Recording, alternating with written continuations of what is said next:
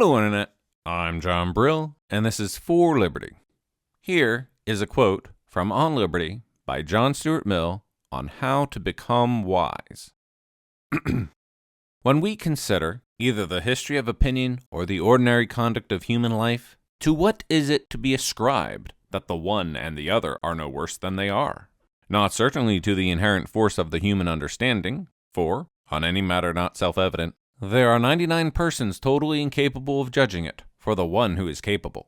And the capacity of the 100th person is only comparative, for the majority of the eminent men of every past generation held many opinions now known to be erroneous, and did or approved numerous things which no one will now justify. Why is it, then, that there is, on the whole, a preponderance among mankind of rational opinions and rational conduct? If there really is this preponderance, it is owing to a quality of the human mind, the source of everything respectable in man, either as an intellectual or as a moral being, namely, that his errors are corrigible. He is capable of rectifying his mistakes by discussion and experience. Not by experience alone. There must be discussion to show how experience is to be interpreted. Wrong opinions and practices gradually yield to fact and argument. But facts and arguments, to produce any effect on the mind, must be brought before it. Very few facts are able to tell their own story without comments to bring out their meaning. The whole strength and value, then, of human judgment, depending on the one property, that it can be set right when it is wrong. Reliance can be placed on it only when the means of setting it right are kept constantly at hand. In the case of any person whose judgment is really deserving of confidence, how has it become so? Because he has kept his mind open to criticism of his opinions and conduct.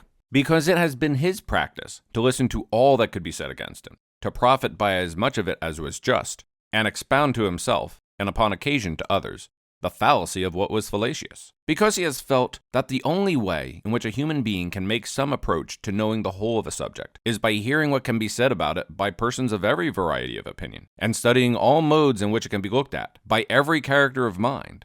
No wise man ever acquired his wisdom in any mode but this, nor is it in the nature of human intellect to become wise in any other manner. The steady habit of correcting and complementing his own opinion by collating it with those of others, so far from causing doubt and hesitation in carrying it into practice, is the only stable foundation for a just reliance on it. For, being cognizant of all that can, at least obviously, be said against him, and having taken up his position against all gainsayers, knowing that he has sought for objections and difficulties instead of avoiding them, and has shut out no light which can be thrown upon the subject from any quarter, he has a right to think his judgment better than that of any person or any multitude who have not gone through a similar process.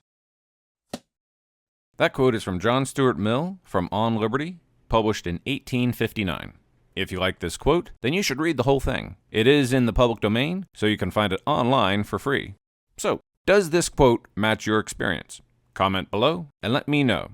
Thank you for watching, and click here to see more For Liberty.